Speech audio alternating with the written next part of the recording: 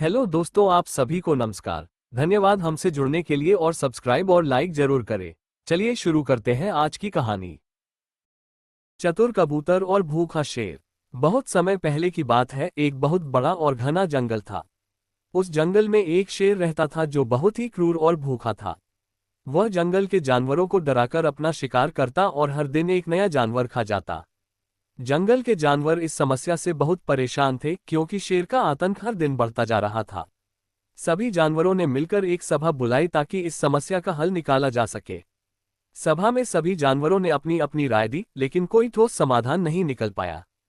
तभी एक चतुर कबूतर बोला, मुझे एक योजना सूझी है, लेकिन इसके लिए हमें एक मौका चाहिए। अगर मेरी योजना सफल रही तो शेर का आतंक हमेशा के लिए खत्म हो जाएगा। सभी जानवर हैरान थे कि इतना छोटा सा कबूतर शेर को कैसे हरा सकता है, लेकिन चूंकि और कोई रास्ता नहीं था तो उन्होंने कबूतर को मौका देने का निर्णय किया। कबूतर ने शेर के पास जाने का फैसला किया। वह उड़ते उड़ते शेर के पास पहुंचा, जो उस समय अपने गुफा में आराम कर रहा था। शेर कबूतर को देखकर हैरान हुआ क्योंकि उसे यह उम्मीद नहीं थी कि एक छोटा सा पक्षी उसके पास आएगा। शेर गरजकर बोला, तुम यहाँ क्यों आए हो, छोटे से पक्षी? क्या तुम जानते हो कि मैं बहुत भूखा हूं और तुम्हें आसानी से खा सकता हूं?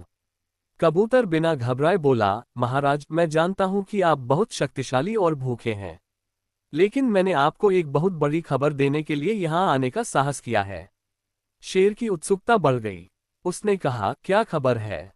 जल्दी बताओ। कबूतर ने चालाकी से कहा, महाराज, मैंने सुना है कि इस जंगल में एक और शेर आया है जो आपसे भी ज्यादा शक्तिशाली और खतरनाक है।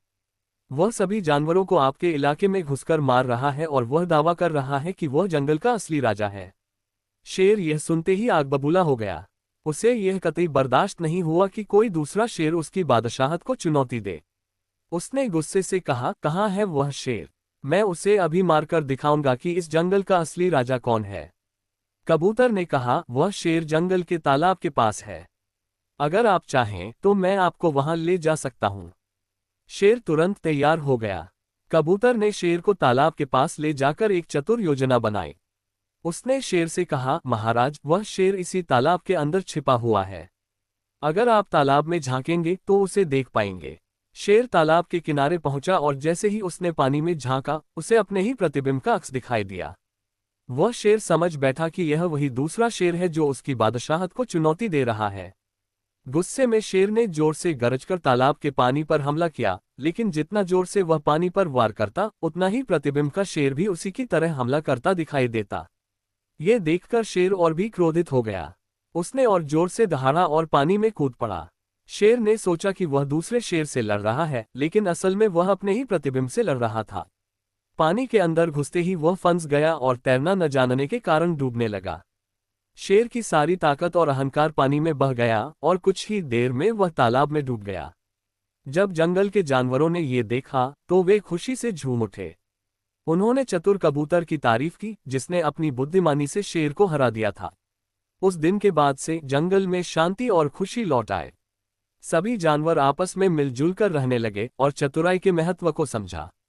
इस कहानी से सभी ने सीखा कि केवल ताकत से नहीं, बल्कि चतुराई और समझदारी से भी किसी बड़ी चुनौती को हराया जा सकता है।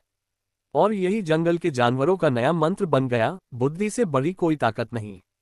कहानी का संदेश। इस कहानी से हमें ये सीखने को मिलता है कि हमेशा ताकतवर होना ही जरूरी नहीं है, बल्कि समझदारी और सूझबूझ से भी बड़ी मुश्किल को हल किया जा सकता है।